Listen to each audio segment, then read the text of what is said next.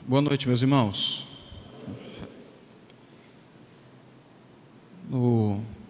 Quem estava no retiro dos homens vai falar: rapaz, esse pastor gosta de falar de seguir a Cristo no meio do sofrimento, porque a gente falou um pouquinho sobre isso lá no retiro. Nós olhamos para Ezequiel, depois nós olhamos para Daniel e o último eu estou esquecendo, gente. Nós olhamos para José, todos eles tendo que servir a Deus em contexto de adversidade. E no culto anterior eu estou chamando aqui de histórias que inspiram. No culto anterior nós olhamos para Lloyd e Eunice construindo um legado de fé, e é uma história que inspira. E agora eu gostaria de olhar com vocês para a história de Jó. E pasme, Jó nos inspira. Com todo o sofrimento que há no livro de Jó, ele é um caminho de inspiração, sim, para a fé. Então eu convido você a abrir a sua Bíblia lá em Jó, no capítulo 42. Eu vou ler do verso 1 ao verso 9, Jó 42, de 1 a 9.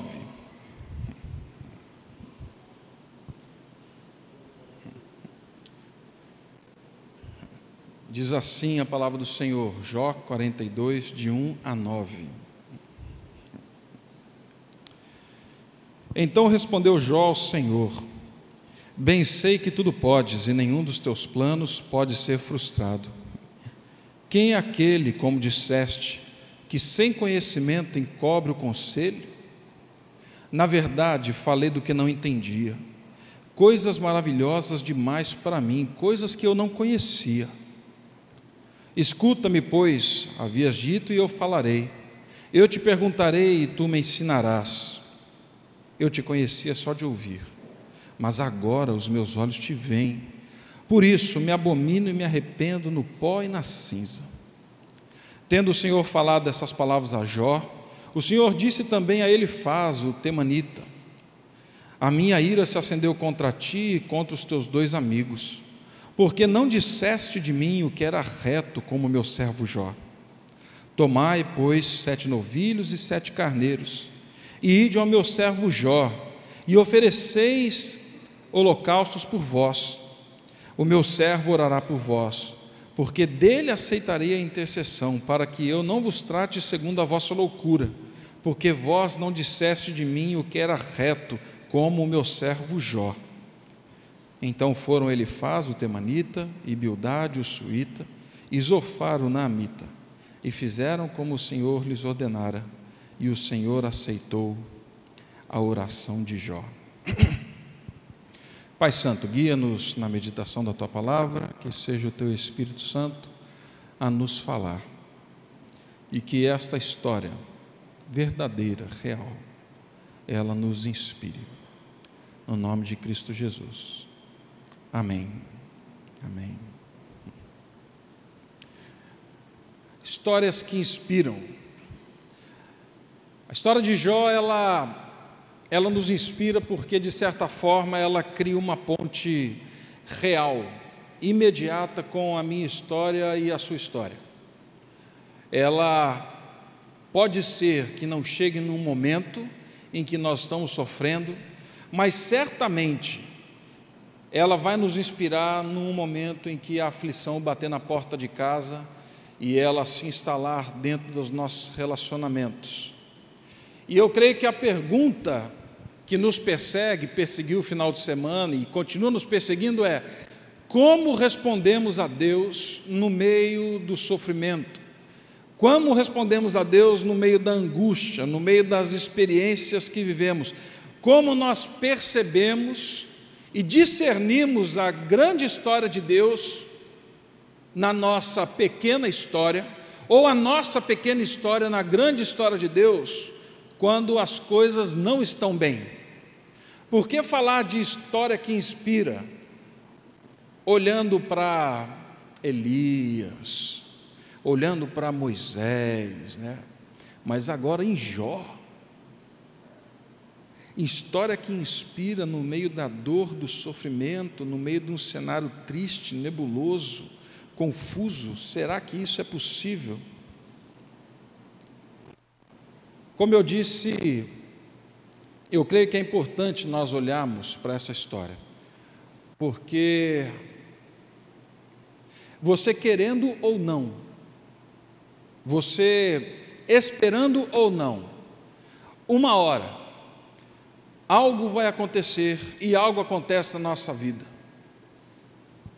Uma dor, um sofrimento, uma tragédia, ela bate na porta de casa, e sem que você dê permissão, ela simplesmente entra, toma conta dos cômodos da sua existência, da sua casa, da sua família. Parece que ela se personifica, ela senta na sala que você gosta, no seu sofá predileto, e fala assim: daqui eu não saio, daqui ninguém me tira. É bom você se acostumar a viver comigo, porque talvez a companhia que você tenha nos próximos anos seja eu. E isso, quando chega na nossa casa, isso nos abala, isso mexe com a gente. E é por isso, justamente por isso, porque Jó passou o que muitos de nós passamos, ou vamos passar, e o pastor não está rogando praga em ninguém, eu só estou falando que é uma questão de vida. A gente precisa olhar para Jó. O tempo não nos permite caminhar com todo o livro, por isso eu fiz uma divisão aqui como numa peça, como em atos, tá? Para a gente conseguir olhar para o livro todo e perceber como Deus entra na vida de Jó no meio do sofrimento, e como Jó se vê diante de todo o caos que vem na sua história. Em primeiro lugar, primeiro ato, primeira cena da nossa história acontece sobre esse título: ninguém ama a Deus mais do que as suas posses, daquilo que pode ter. A história de Jó começa de uma forma muito interessante. A história de Jó começa não na nossa realidade, a história de Jó começa numa realidade transcendente. Rubem Amorese, um presbítero lá da nossa igreja, ele escreveu um livro chamado Meta-História, e ele cita a história de Jó, e ele fala que a história de Jó é como se Deus, nesses 3 primeiros capítulos do livro, ele tivesse aberto uma janela, a janela pela qual nós conseguimos ver a realidade transcendente, que passa tempo, espaço, gerações. É uma reunião onde nós não conseguimos ter uma visão real dela, a não ser aquilo que está escrito. E o que nós vemos aqui, logo no começo do livro, é que depois de descrever quem é Jó e a sua família e tudo aquilo que ele está vivendo, a Bíblia diz que Deus está em reunião com os seus, e no meio dos seus, quem vem? Satanás, o diabo. O diabo se encontra no meio dessa reunião celestial, dessa reunião onde Deus conversa com aqueles que estão talvez prestando conta de tudo que está rolando no mundo. Ele sabe, mas ele se reúne com os seus. E o que é mais intrigante na história de Jó é que Satanás está em silêncio. Quem começa a conversa com Satanás é Deus, não é Satanás. Deus olha o diabo no meio do povo, no meio dos seus, e diz assim: rapaz, eu estou vendo que você está no meio do meu pessoal aí, de onde você está vindo? E Satanás assim, diz assim: eu venho de rodear a terra, eu estou aí olhando por ela, eu estou tentando buscar alguém para devorar. E poderia ter ficado em silêncio, mas Deus não faz isso. Deus fala assim: viste o meu servo Jó? Você viu o meu servo Jó? Quando Deus fala para Satanás: você viu o meu servo Jó? Ele não viu o Jó. Satanás sabe que o termo servo é caro para Deus. Quem é o servo sofredor que trouxe toda a história, a vida? É Cristo. Quando Deus fala assim: você viu o meu servo? Aí Satanás falou assim: opa, O jogo agora é de primeira divisão. A conversa agora é profissional, vai ser televisionada. Deus fala assim: você viu que não há ninguém na terra como ele é o mais piedoso, ele é íntegro, ele faz o que é certo, mesmo quando as pessoas não estão vendo, quando ele está sozinho, ele é reto, ou seja, a integridade dele extravasa para fora de casa, chega nas pessoas, ele é temente a Deus, o princípio da sabedoria, Provérbios 1:7, e mais, ele se desvia do mal. Jó é santo, você viu meu servo Jó? Satanás poderia ter respondido assim: bom Deus, eu estou vendo a crentaiada meia boca aí, esse daí eu não achei não, mas não é isso. Ele fala assim: eu vi, lógico que eu vi, mas também, né, Senhor, assim qualquer um te adora. O Senhor cercou esse camarada de bens, a família dele é boa, ele é o mais rico da terra, só não fala aqui na Bíblia, mas eu imagino que Jó era bonitão, tá, gente? Boa pinta, sim, cara inteiro, enxuto. O Senhor cercou a casa de Jó de todos os bens, assim qualquer um te adora. Satanás começa a criar uma hipótese aqui: ninguém te adora, Deus, por quem o Senhor é. As pessoas te adoram porque o Senhor dá coisas para ela. As pessoas te adoram porque o Senhor é um manipulador de adoradores. As pessoas te adoram porque elas descobriram que no final do arco-íris tem um pote de ouro, e o arco-íris se chama Deus. É por isso que Jó teme ao Senhor. Satanás lança uma segunda hipótese: Jó é íntegro nada, ele só te segue porque você está dando coisas para ele. E aí ele vem com a proposta: tira tudo que ele tem, tira os bens, tira a família, e você vai ver, e olha a frase de Satanás, você vai ver se ele não vai blasfemar na tua face, na tua cara. Meu irmão, entenda uma coisa nessa história: quando Satanás fala que ninguém ama mais Deus do que as posses e do que a família, Satanás não está diretamente atacando o homem, Satanás está atacando Deus. Você é um manipulador, você é um mentiroso. É a mesma coisa que acontece no Éden. Ele não pode cuspir no rosto de Deus, então ele vai na criação, ele vai na criatura. É a mesma estratégia, ele continua usando a mesma estratégia até hoje. Tira tudo e você vai ver. E aí Deus fala o seguinte, na reunião celestial, tá? Deus fala naqueles que estão acompanhando a história, desde o começo. Deus fala assim: Satanás, então vamos fazer o seguinte, você pode tocar em todas as coisas que Jó tem, não tira a vida. Alguns irmãos podem se escandalizar com o que eu vou falar, mas no meio de uma reunião celestial, no meio de um encontro e de uma conversa de Satanás lá no meio com Deus, Deus coloca a sua reputação nas mãos do seu servo Jó. Porque se Jó falhar, essa região celestial, essa reunião vai falar assim: e não é que Satanás tinha realmente certeza? E a Bíblia diz que Satanás sai e causa um estrago na vida de Jó. Satanás sai e vai arrebentar com a vida de Jó. A Bíblia diz que num dia esse homem quebra. Ele era o homem mais rico da terra, da sua região, do mundo conhecido. Num dia ele quebra. Você já viu gente quebrar financeiramente? Você já viu a pressão que as pessoas que quebram financeiramente sofrem? Então é fogo, são os caldeus. Eles vêm, eles tomam tudo, eles arrebatam o rebanho, eles queimam tudo. Não bastando essa notícia, no fim do dia, Chega um outro rapaz, e esse é mais assustador do que os outros 3. Quando Jó olha aquele rapaz, ele fala assim: está vindo lá um servo da casa do meu filho primogênito.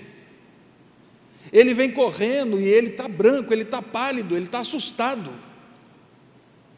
E esse homem então fala assim: Senhor, veio um vento dos 4 cantos da casa, os seus filhos estavam reunidos, festejando, eles estavam comendo, bebendo vinho, a casa desmoronou, e todos os seus filhos morreram.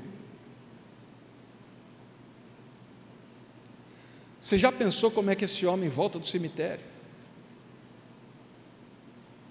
Enquanto as coisas foram queimadas, enquanto foram levadas, tudo bem, mas os filhos são herança do Senhor. Todos morreram. Agora Jó volta e ele tem todos os motivos para falar assim: esse Deus que eu sigo não vale de nada. Mas não é isso que acontece. Não é isso que acontece. Jó olha para tudo isso, e de cabeça raspada, e com pó em cima na cabeça, ele diz assim: o Senhor Deus deu, o Senhor tomou, bendito seja o nome do Senhor. Por que seria eu mais especial que todos os que sofrem? Por que não comigo? O Senhor deu, é graça. Em algum momento o Senhor decidiu tomar, bendito seja o nome do Senhor. Satanás prova que as duas hipóteses, Jó prova que as duas hipóteses de Satanás estavam erradas. Ele prova que o homem serve a Deus pelo caráter de Deus, por quem Deus é, não por aquilo que Deus pode dar ou tirar. Mas aí nós chegamos num segundo momento. Ninguém ama mais o Senhor que a minha existência, porque Jó está sofrendo, e essa reunião celestial ela volta a acontecer, e de novo, quando Deus está reunido com o seu, Satanás vem, e Deus fala assim: e aí, como é que foi lá com Jó? Tá fácil, né? Aí Deus fala assim: rapaz, você intentou o mal, sem motivo, para que Jó tivesse ódio de mim, mas ele não teve. Aí Satanás olha para Deus, e lá do meio ele grita assim: pele por pele, carne por carne, osso por osso, mexe na vida dele, e você vai ver que ele blasfema na tua cara. Mexe na saúde dele, toca a carne dele, e você vai ver que ele vai blasfemar. E qual é a resposta de Deus? Satanás, só não tira a vida, mas vai lá, pode tocar. E a Bíblia diz que Satanás sai e enche, e nós não sabemos como isso aconteceu, mas Jó é tomado de uma doença, em que seu corpo todo vira uma ferida, ele vira uma carcaça humana, ele raspa com casco, o pus, a pele necrosada, a dor assola Jó 24 horas por dia. Você já viveu com gente assim? Gente que está sofrendo 24 horas por dia, que a dor sentou, como eu disse, na porta da sala e falou assim, no sofá de casa, falou assim: daqui eu não saio. E no auge do sofrimento, a esposa de Jó chega para ele e fala assim: ainda conservas a integridade, meu marido? Amaldiçoa Deus e morre, porque Ele não é digno de ser adorado por você que virou uma carcaça humana.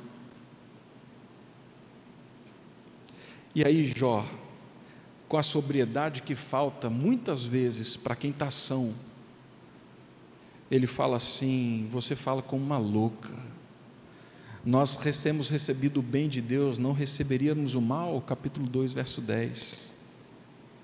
E a Bíblia diz: e com tudo isso, Jó não pecou com os seus lábios. Jó derrota a terceira tese de Satanás: eu adoro a Deus, mesmo que a dor tenha chegado na minha pele, mesmo que a dor tenha chegado nos meus ossos, eu amo mais a Deus que minha própria vida. Mas aí nós temos um pulo, e agora nós vamos entrar numa parte da história, num terceiro ato, em que vai durar quase o livro inteiro, meu irmão. São mais de 30 capítulos de conversa sobre sofrimento.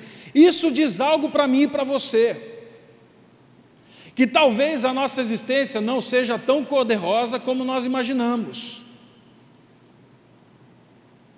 que talvez sim a nossa existência seja muito mais cheia de perguntas do que respostas, e a gente precisa lidar com isso de forma séria, porque Deus está disposto a lidar de forma séria com isso.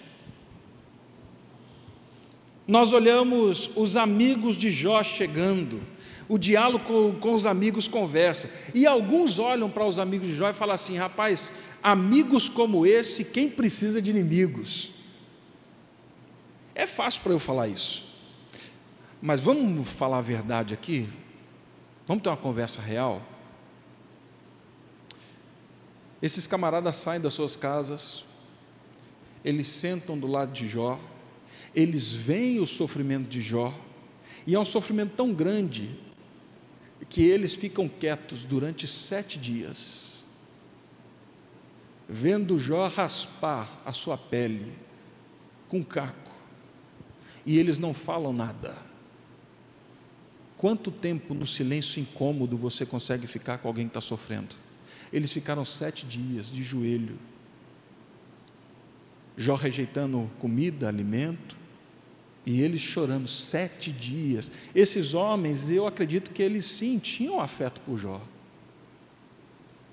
Sabe qual foi o problema? O problema foi quando eles desenvolveram uma lógica simples de causa e efeito.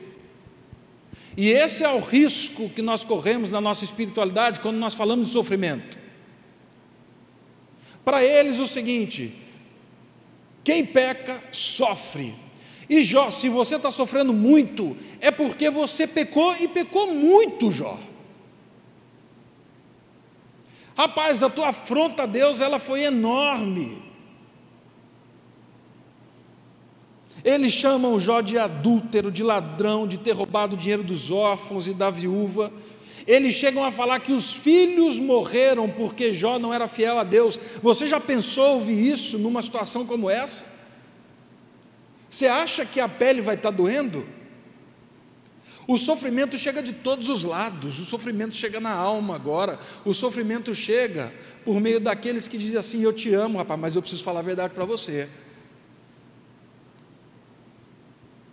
O sofrimento chega aqui, e sabe o que Jó faz? Jó faz aquilo que eu e você fazemos. Ele começa a se defender, ele começa a responder aos amigos, e termina sempre com uma oração a Deus. E Jó começa a perguntar: por que, Deus? Por quê? Durante muito tempo, eu ouvia as pessoas falarem assim: nós não devemos perguntar o porquê para Deus, e sim o para quê. Mas Jó pergunta por quê, e Deus não se ofende. Não quer dizer que Ele vai dar resposta, mas Ele pergunta por quê, por quê, por quê. Ele pergunta: por que eu estou sofrendo? Por que a dor não cessa? Por que os meus filhos morreram? Por que eu nasci? Já que eu nasci, por que eu não morri? Por que eu não morri? Por que o Senhor deu leite ao seio da minha mãe para que eu tivesse vida? Que esse dia do meu nascimento fosse contado nas trevas, na escuridão, que se apagasse da história esse dia. Jó está perguntando, falando assim: Deus, por que o Senhor não me mata de vez? Já orou assim? Já olhou para uma situação e falou assim: Senhor, não estou aguentando mais, a dor é tão grande que talvez a morte seja melhor. Por quê? E meu irmão, sabe o que Deus responde? Nada. Deus está em silêncio, nenhuma palavra, nenhuma explicação. Isso me fez lembrar do Getsêmani. Deus meu, por que o Senhor me desamparou? A cruz, nenhuma palavra. Deus não está presente na história, é isso então? O interessante nisso tudo é que Deus não se ofende com as perguntas de Jó. Sabe com quem Deus se ofende? Deus se ofende com os amigos. Jó faz as perguntas que eu não tenho coragem de fazer por causa da minha religiosidade. Talvez as perguntas que você não tem coragem de fazer por causa da sua religiosidade. Jó faz elas. Os amigos têm afirmações teológicas lindas. Uma das orações de confissão mais bonita que existe na Bíblia está no livro de Jó. E aí, como nós lemos lá no capítulo 42, Deus fala para os amigos de Jó: vocês não falaram o que é reto diante de mim, como meu servo Jó. O que Jó falou?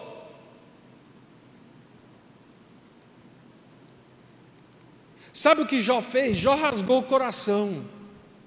Jó abriu e não saiu despejando por aí. Como eu falei, ele responde aos amigos, mas ele sempre termina falando com Deus. Deus não se ofende. Deus não é um Senhor melindroso. Deus nos acompanha, Deus está vendo.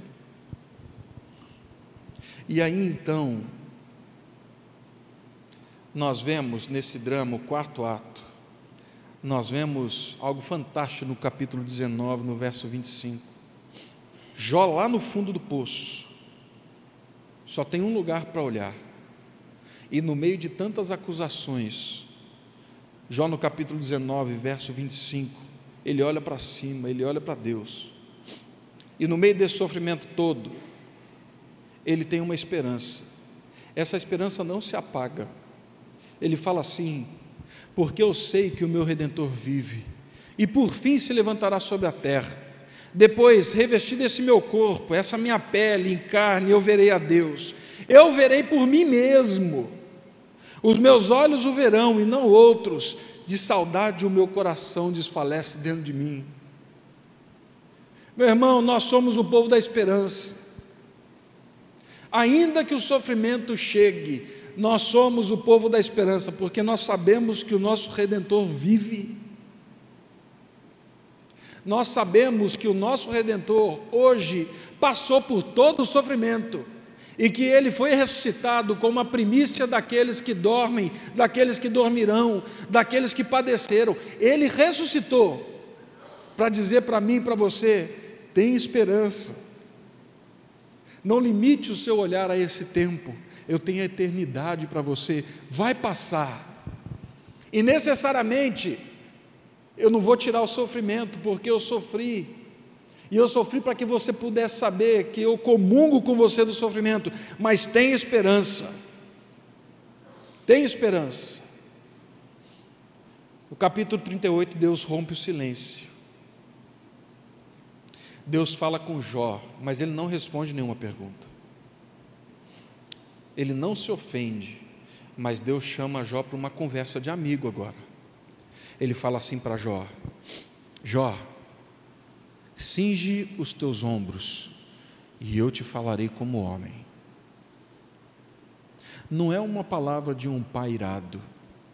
Essa é a palavra de um pai que vê e que sabe que o filho está sofrendo. Mas ele fala assim: Jó, endireita a coluna, meu filho. Está difícil de falar com você quando você está encurvado para baixo. Apruma as tuas costas aí. E aí Deus fala assim: eu vou responder, mas a minha conversa com você é outra. Eu vou te perguntar agora e você vai me responder. Eu deixei você perguntar. Agora eu vou perguntar e você vai me responder. E Deus faz mais de 60 perguntas a Jó, todas elas retóricas, sem nenhuma possibilidade de Jó responder. As perguntas de Deus, elas abrem as cortinas do céu, elas abrem as cortinas da história, da glória, da majestade. Ela mostra que Deus é grande, que Deus é poderoso. Ela coloca a vida de Jó em perspectiva. A primeira pergunta que Deus faz é: onde você estava quando eu lancei os fundamentos da terra? Você estava lá para me dar conselhos, né? As perguntas de Deus, elas vão mostrando para Jó que Deus é soberano sobre todas as coisas. Meu irmão, Deus não perdeu o controle da história. Ainda que o sofrimento bata na tua casa, Deus não perdeu o controle da sua história. Ele descortina. E o resultado disso é essa explosão, essa confissão belíssima que nós lemos no capítulo 42, e que pode mudar a minha vida e a sua vida no meio do sofrimento. E aqui nós chegamos no quinto e último ato do livro de Jó, onde Jó diz assim: agora os meus olhos te veem. Talvez essa seja a frase mais conhecida do livro de Jó. No capítulo 42, no verso 2, como nós lemos, Jó fala assim: bem sei que tudo podes. Jó fala assim: eu reconheço que o Senhor é grande, que o Senhor é onipotente. Eu reconheço que eu tenho impossibilidades intransponíveis.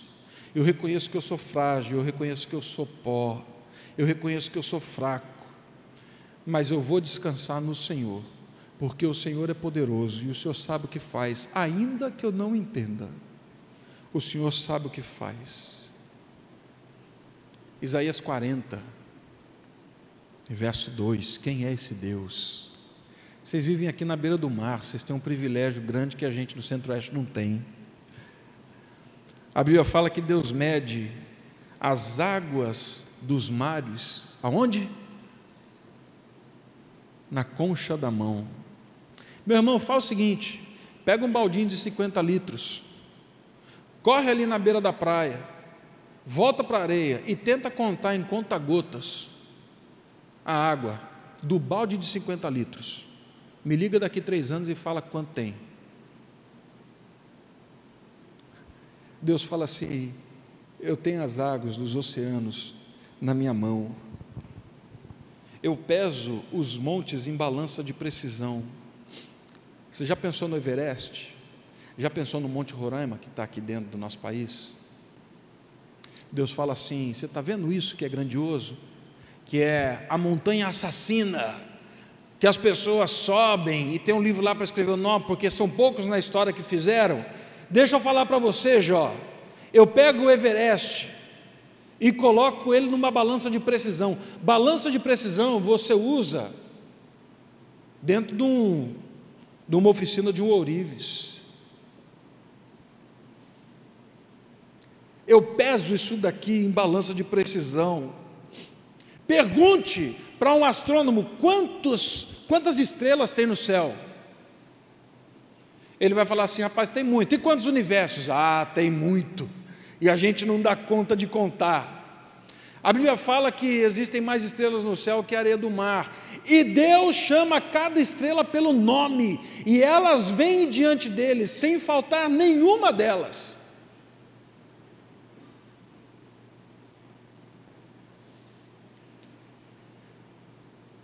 Isaías está falando para mim e para você que Ele é o Senhor do universo.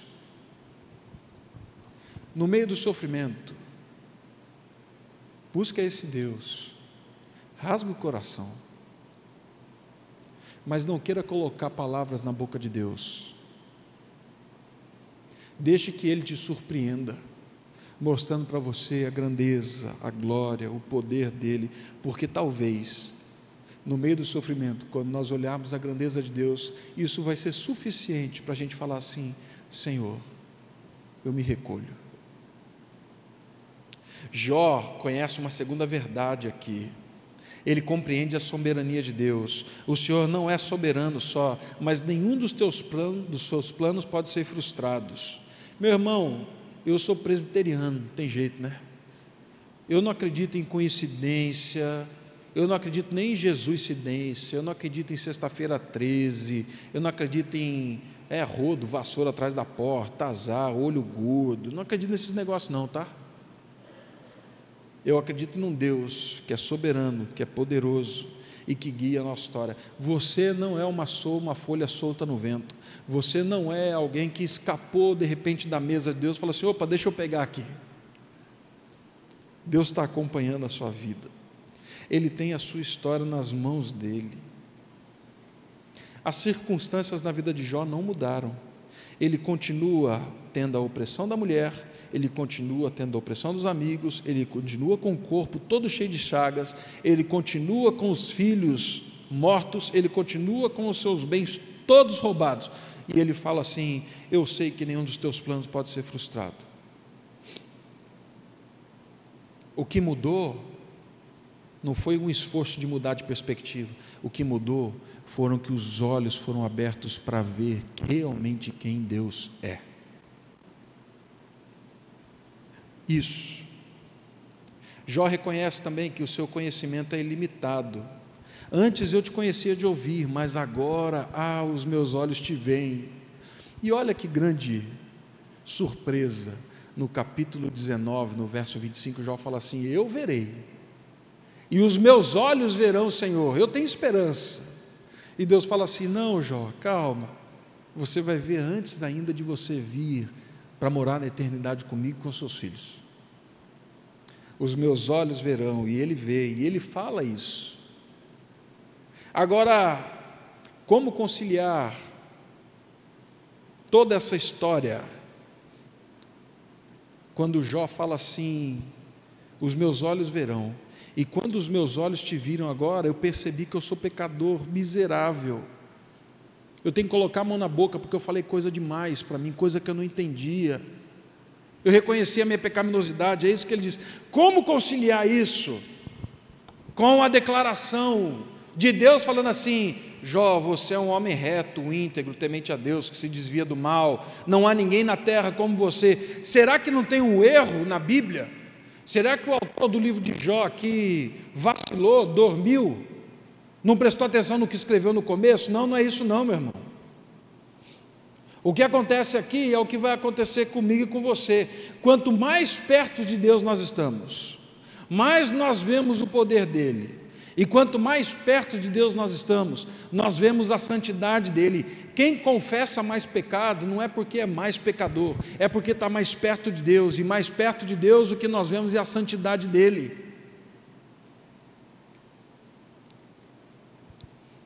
É isso que está acontecendo.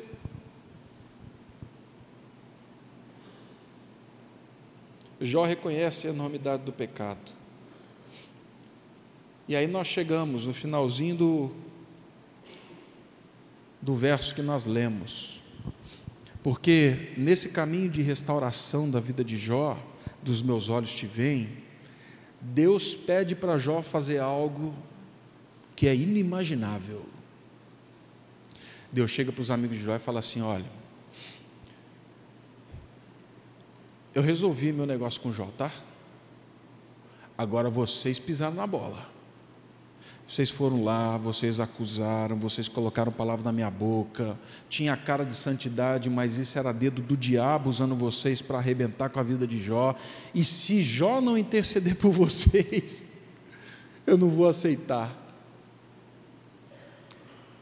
Imagina ele chegando nos outros dois falando assim: ó, rapaziada, a gente vai ter que fazer viagem de novo, e agora é porque aquele que nós falamos que é maldito vai ter que orar por nós, senão Deus vai pegar a gente na esquina.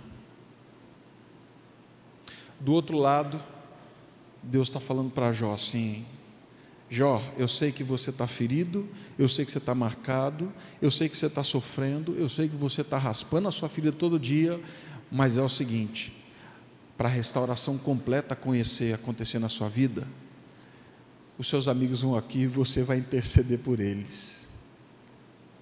Não, Senhor, tem certeza que aqueles vão vir e eu vou ter que interceder por eles? Meu irmão, quando você intercede por alguém que te vilipendiou, por alguém que te ofendeu, por alguém que te magoou, por alguém que te feriu, não tem como você continuar com raiz de amargura no coração.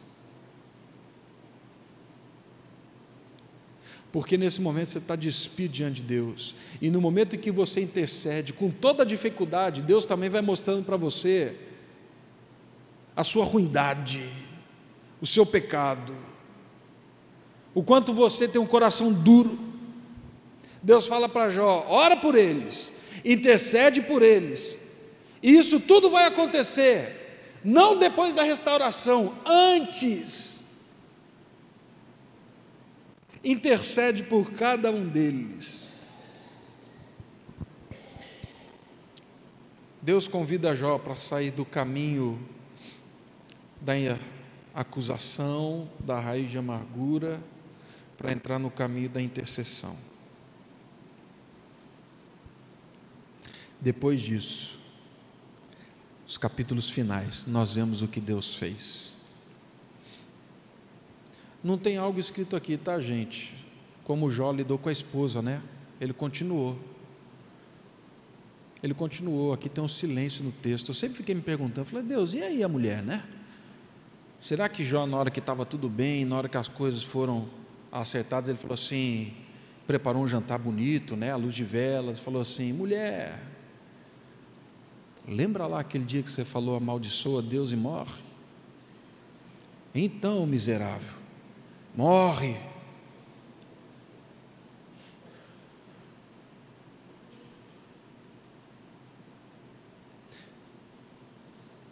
Ele tem os filhos com a mesma mulher. A ação de Deus é por completo. Restaura não só o relacionamento com os amigos, com a esposa também. E Deus vai refazendo toda essa história de Jó.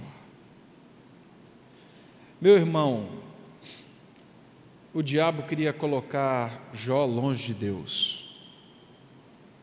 O diabo queria colocar Deus longe dessa região celestial. O diabo queria plantar nas regiões celestes a dúvida sobre o caráter de Deus. E sabe o que ele conseguiu fazer? Colocar Jó perto de Deus. E eu acredito que a terceira reunião não aparece aqui, porque o Satanás nem voltou. Não teve coragem de voltar. E isso por um único motivo: os planos de Deus não podem ser frustrados. Embora o dia da dor, creio eu, ele pode chegar para muitos de nós. Eu creio que talvez esse dia, ou talvez esse dia já esteja sendo vivido.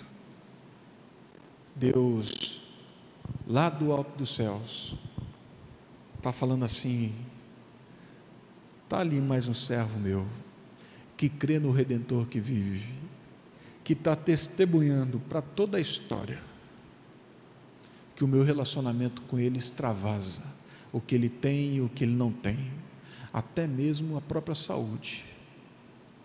E pode ser que nesse dia seja o dia em que eu e você vamos viver a experiência mais gloriosa da nossa vida, porque nesse dia talvez os nossos olhos verão a Deus e a gente vai testemunhar: Senhor, eu te ouvia, mas agora os meus olhos te veem, e eu te louvo, porque o Senhor me deu a oportunidade de viver isso. É isso que acontece na vida de Jó. Então, se inspire na história de Jó, se inspire na história desse homem de Deus. Ele tem muito a nos dizer e a nos ensinar ao longo da nossa vida toda.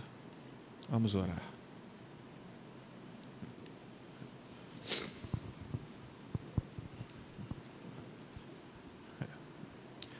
Pai Santo, eu não sei quantos dos meus irmãos que estão aqui estão passando por sofrimento, por dor, por angústia. Eu não sei também há quanto tempo alguns deles têm passado por isso. Orações como a de Jó, a dor que talvez seja muito maior do que o corpo está falando, não aguento mais. Obrigado, porque o Senhor é um Deus e um Pai tão bom, que o Senhor ouve tudo isso. O Senhor ouve até aquilo que nos assusta quando colocamos diante do Senhor. E o Senhor, porque é nosso Pai, porque o Senhor nos ama, o Senhor não nos joga de escanteio, pelo contrário, o Senhor está junto, está acolhendo, está ouvindo. Ouve a oração dos meus irmãos, Pai. E no tempo certo, na forma que é peculiar do Senhor, traga a estes consolo, traga renovo de alma, traga renovo de espírito, Traga a eles paz, mesmo no meio de tamanho sofrimento, angústia. Que eles possam ver a Tua grandeza, e que a Tua grandeza seja suficiente na nossa vida, para nos dar paz. Que a gente possa ter certeza de que nada foge ao Teu controle, e que isso seja suficiente para nos dar paz. Que possamos ver a grandeza da Tua santidade. E muito obrigado, porque mesmo vendo a grandeza da Tua santidade e reconhecendo nosso pecado, o Senhor continua dizendo para nós: fica aqui, é do meu lado, é o seu lugar, fica aqui. E que dessa forma, Pai, a nossa vida seja renovada por meio das circunstâncias que vêm e que a gente não tem controle. E que o Senhor seja louvado, engrandecido, que o Senhor seja exaltado, não só nos momentos de festa, mas que os louvores aconteçam no quarto, no leito, no meio do tratamento, e que assim haja testemunho em todo o universo de que o Senhor é bom, de que o Senhor é Deus. No nome de Cristo Jesus. Amém.